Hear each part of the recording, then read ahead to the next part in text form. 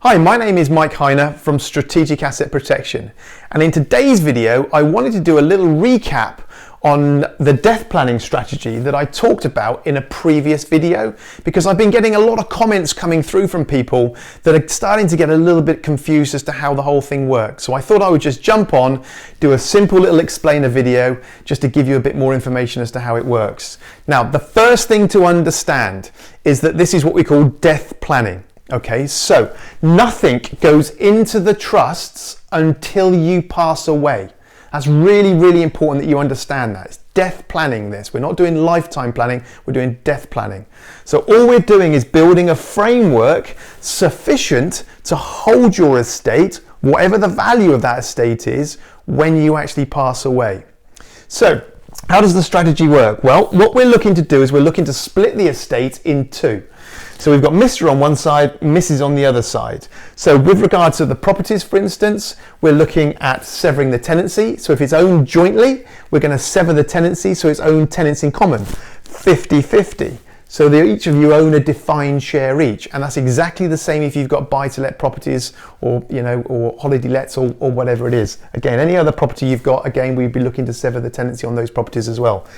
Any savings you've got, any investments that you've got, again, splitting them so we've got half on one side, half on the other side.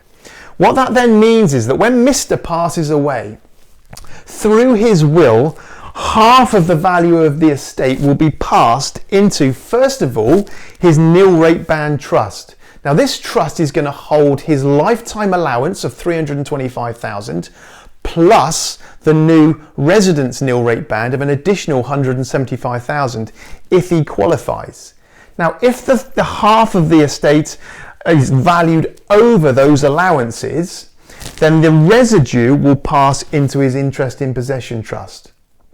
Okay, so on the first death, the will directly assets into the nil rate band trust to start off with. If there's any residue over and above that nil rate band trust, it will go into the interest in possession trust.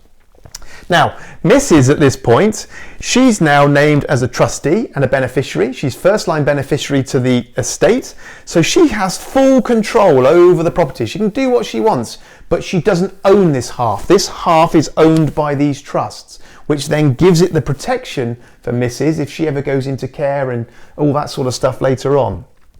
But also, when Mrs. now passes away, her half of the estate will now fall into her trust in exactly the same way, which then means that the beneficiaries of this, the second line beneficiaries, i.e. the children, will now be inheriting through trusts as opposed to inheriting directly through a basic will directly into their estates. It's inheriting through the trusts that ultimately gives the assets that you've created over your working life the protection that protects it and also preserves it for future generations. I hope that's clarified the situation with how this actually works. But again, if you do have any questions at all, put them in the comments. Obviously, keep following as well for further updates, and I hope you found that useful.